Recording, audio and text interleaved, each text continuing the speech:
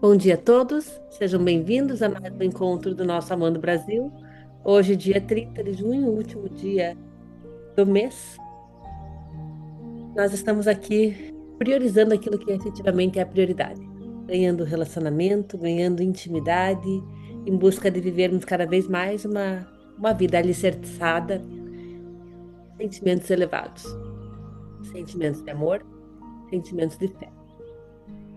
Para receber o que nós temos aqui hoje, nós iniciamos esse encontro fazendo um momento de conexão em que a gente libera nossa mente dos pensamentos, libera nossa mente daquilo que faz barulho, daquilo que nos tira e nos sequestra da presença, e nós escolhemos deliberadamente estar presentes no aqui e no agora.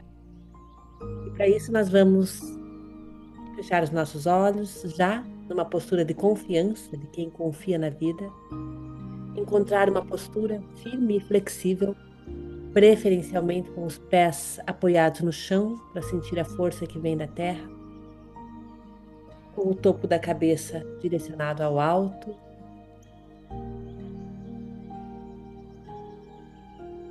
Nós vamos fazer o nosso processo de respiração. Serão 6 respirações, inspirando contando até 3 e expirando contando até 6. Inspira, expira,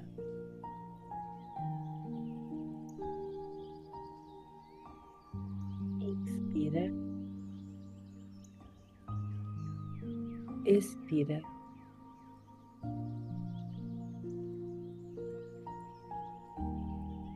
Inspira,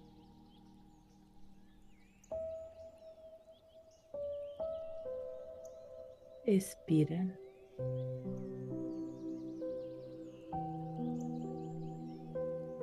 A cada ciclo, vá mantendo cada vez mais a sua atenção voltada ao fluxo de ar. Expira. Novamente, inspira, conta até 3. Expira, conta até 6.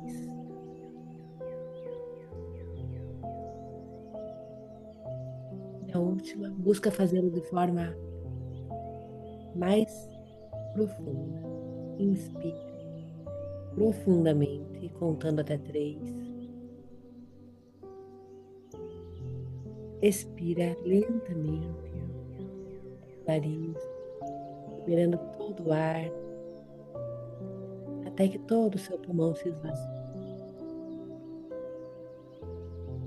Mantemos os nossos olhos fechados. A respiração agora flui normalmente. Nós vamos elevar o nosso pensamento ao nosso amado Mestre Jesus, pedindo orientação, sabedoria, presença para essa manhã. Agradecendo pelas bênçãos que tivemos na semana passada, por todas as boas notícias e também pelos desafios que nos fortalecem, nos fazem cada vez mais voltar o nosso coração para o alto.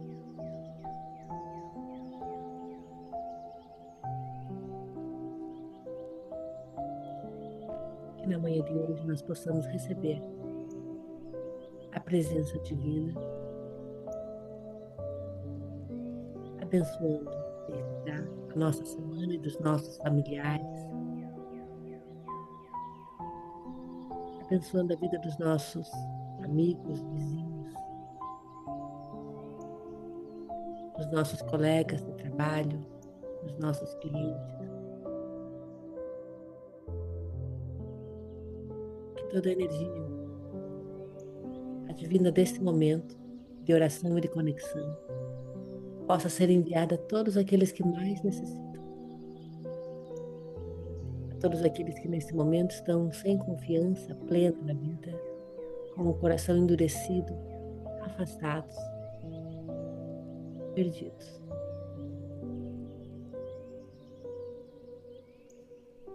Vai enviando confiança, confiança para a tua vida. Vai levando mais, cada vez mais confiança se você tem filhos. Leve essa confiança para os seus filhos. E deixa vir na sua tela mental agora uma pessoa, ou talvez até mais que isso, uma pessoa que você sente que nesse momento tem sido testada pela vida e você sente que está em um momento sem esperança, sem fé, desprovida da confiança. Em prece, silêncio, seu silêncio, vai enviando confiança, abrindo o seu coração, para que essa confiança saia do teu coração e vá chegando a essa pessoa ou a essas pessoas. Vá se conectando a ela na energia mais elevada, na energia do amor, entregando para essa pessoa toda a confiança que vem do alto.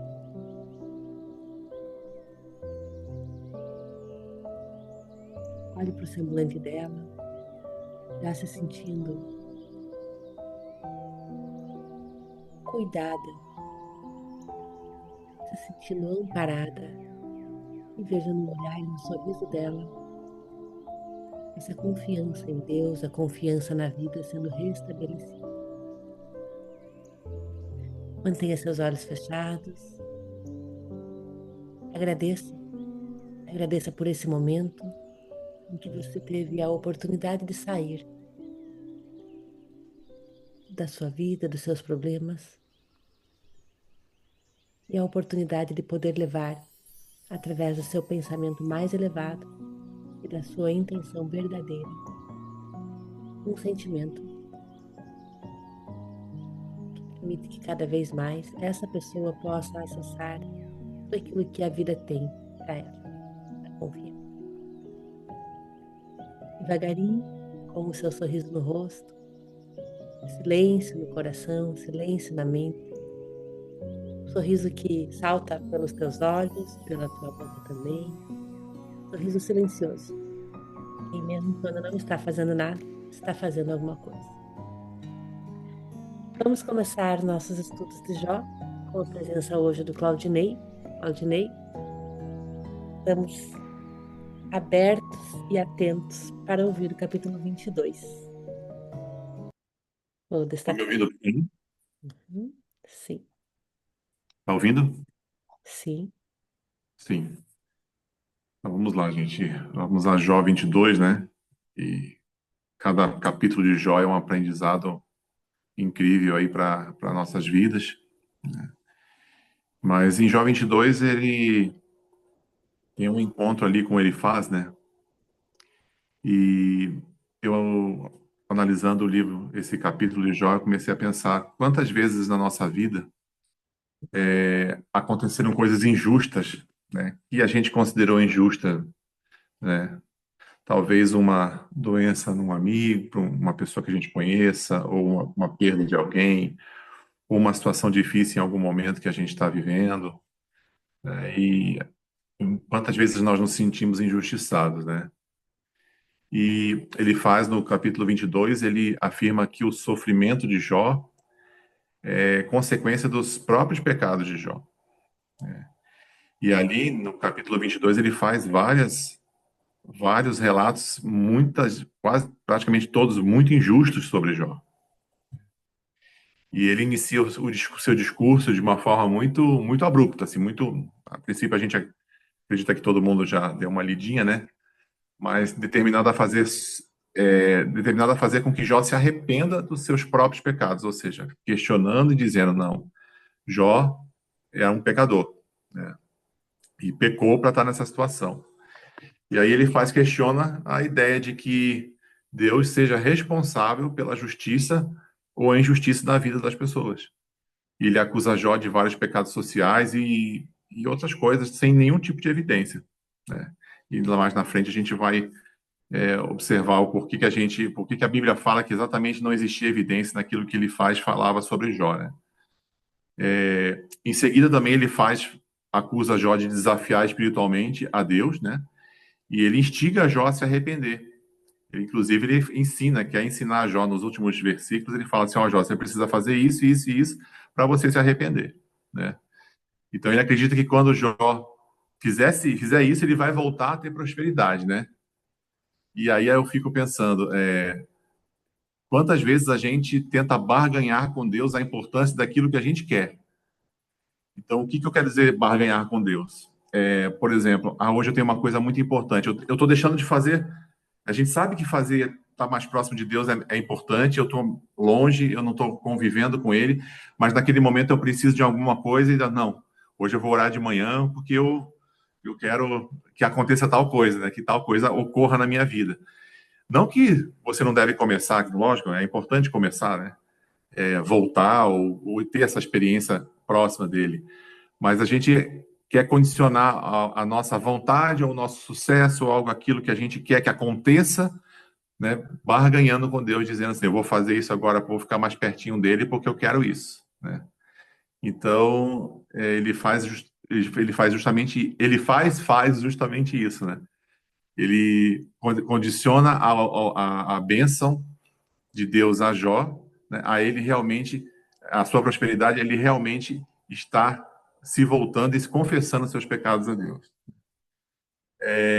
Ali eu vou citar alguns versos aqui, né, no verso 4 e 5, né, nesse trecho ele acusa Jó, né, de ser culpado dos seus problemas e desafiar a justiça de Deus, né. Então ele ali afirma que é irracional pensar que Deus puniria um homem inocente. Como que Deus está punindo uma pessoa que nunca fez nada de errado? Então ele não acredita na inocência de Jó, né? E portanto Jó deve ter pecado de alguma forma, alguma coisa ele fez. Então a teologia de Elifaz ela é baseada numa visão muito limitada e superficial da justiça de Deus, né? Que justiça é essa? Embora Deus seja justo e santo, ele também é misericordioso, né? Então, a justiça de Deus nem sempre ela é imediatamente ela é evidente ou compreensível para a gente, né? Ela pode haver muitas razões pelas quais o homem justo pode sofrer. Então, a gente não consegue compreender muitas vezes por que nós sofremos sendo justos, né? E as ações de Deus elas não estão necessariamente ligadas ao comportamento humano, né? Não é porque eu faço isso e aquilo que Deus vai agir dessa forma, da forma que eu quero, né? Então, a gente tem que compreender isso. Deus pode permitir o sofrimento nas nossas vidas por muitas razões, incluindo nos testar, ele pode querer nos ensinar, ele pode querer nos purificar, né? E ele faz isso muitas vezes e permite isso para que a gente dependa muito mais dele, né? Então, eu gosto muito de usar um exemplo, né? Quando o povo de Israel saiu do Egito e a gente fica lembrando da história de que o povo ficou 40 anos para poder entrar na Terra Prometida, em Canaã. Mas, na verdade, não sabe que esse encontro com a porta da entrada da Terra Prometida levou 40 dias. Só que quando chegou lá, aconteceu algumas coisas que Deus disse para o povo: não, vocês não estão preparados para entrar aqui. Vocês não estão preparados para a minha promessa, né? Para a minha bênção.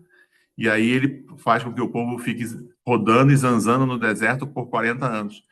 E aí eu sempre trago para minha vida e para os dias de hoje, né? A gente precisa passar por esse deserto, né? Esse deserto, muitas vezes ele é importante para que a gente possa realmente estar pronto. E aí Deus ele faz isso, ele permite que a gente seja testado, que a gente passe por dificuldades, por provações, para que a gente possa lá no final alcançar a bênção. Foi isso que aconteceu também com o povo, né? Com o povo de Israel. Então, essa dependência de Deus, ela muitas vezes ela é criada na dificuldade, nos problemas e nas adversidades que a gente tem, né? Em Jó 22, 6 a 9, ele também faz algumas acusações a Jó, né? Chamando ele de malfeitor social, dizendo que ele explorava pobres, oprimidos, que ele ofendia as pessoas, que ele não fornecia água, que ele demitiu funcionários, né? Enfim, tudo isso de forma muito infundada. Por quê? Porque a gente sabe que Deus fala quando Satanás vai encontrar com Deus e fala assim, e Deus fala para Satanás: você vê meu servo Jó? quais as qualidades que ele fala de Jó? Fiel, honesto, íntegro, né?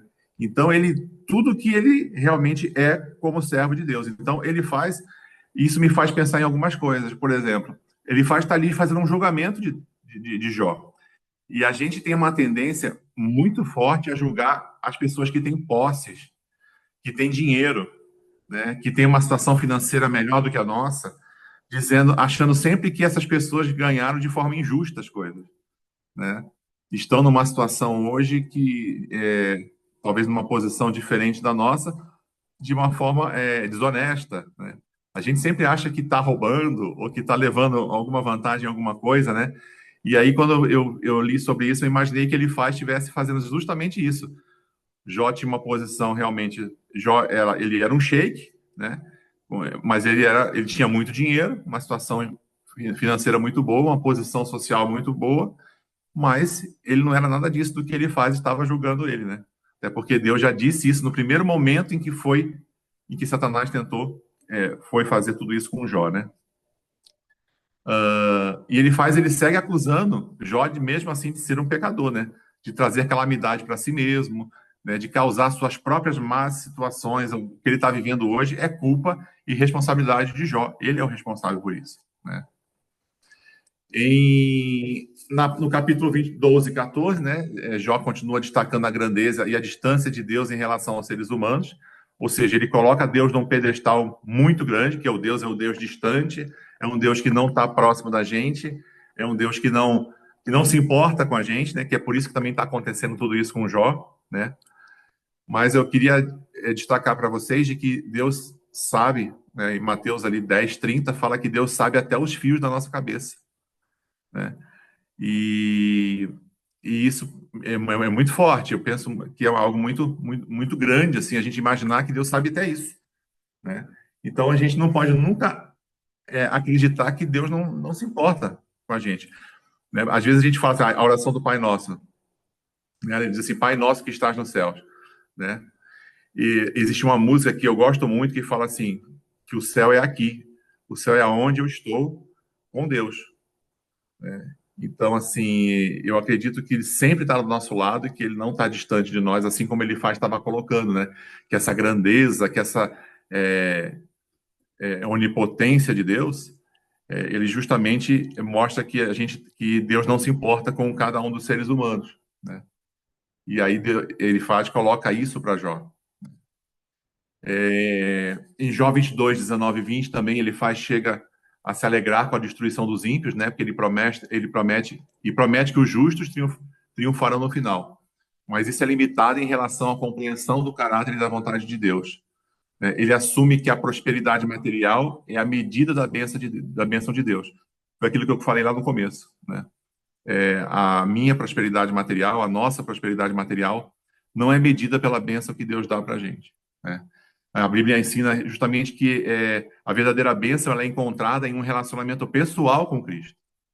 Eu posso não ter muito dinheiro, eu posso não ter muitas posses, mas eu posso ter muita bênção, né? Que a bênção é justamente essa ligação próxima que a gente tem com Deus. Eu estou ligado a Ele, eu estou próximo com Ele, eu estou sendo abençoado. Então, Deus, e com isso, eu não quero dizer que Deus não quer que a gente seja próspero, né? Existem algumas passagens na Bíblia que falam exatamente que Deus quer que a gente seja próspero, que a gente viva bem, que a gente esteja bem. Mas isso começa principalmente com a relação com Ele. Essa é a principal bênção que a gente precisa ter, né? E como eu falei também no começo, ali na parte final de Jó, né, quase em 8, 9 versículos, ele apresenta uma lista de ações que Jó deve seguir para receber a restauração de Deus. Ou seja, é aquela troca, né? Não, eu tenho que fazer isso, eu tenho que fazer isso, né? Eu tenho que estar em paz, eu tenho que aceitar a instrução de Deus, eu tenho que me afastar de pecado, porque eu estou pecando, né? Perfeito. E a gente tem que fazer tudo isso. Mas isso não significa a condição de que eu vou estar tendo as bênçãos, ou vou estar restaurando aquilo que eu já tinha, ou aquilo que eu quero ter, né? Ali ele faz nesses últimos versículos, ele está pressupondo, né, que Jó ele é um pecador, né? Mas como eu falei para vocês, a Bíblia fala que Jó ele é um homem justo e que ele está passando por provações difíceis e por momentos de extrema dificuldade, tá? E ele está pressupondo, né, ele faz tá aí pressupondo que o arrependimento dele e a obediência a Deus vão levar a ele a uma vida material melhor. Mas não é garantia. Isso não é garantia de que Jó vai voltar a ter tudo.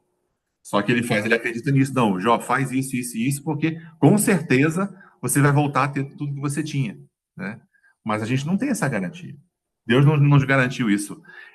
Deus garantiu o seguinte: não, se você estiver perto de mim, você vai ter a primeira bênção, que é a bênção de estar junto comigo. E o resto tudo é consequência, né?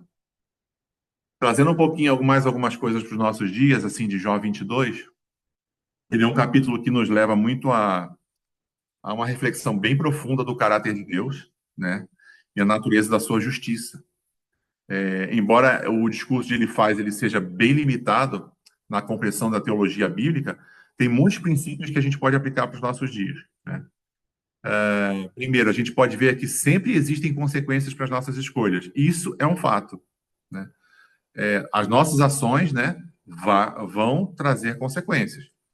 E buscar obedecer a Deus e aos ensinamentos dele vai contribuir para que a gente possa ter uma vida justa e íntegra, né? Eu usei a palavra contribuir, né? Contribuir não é certeza.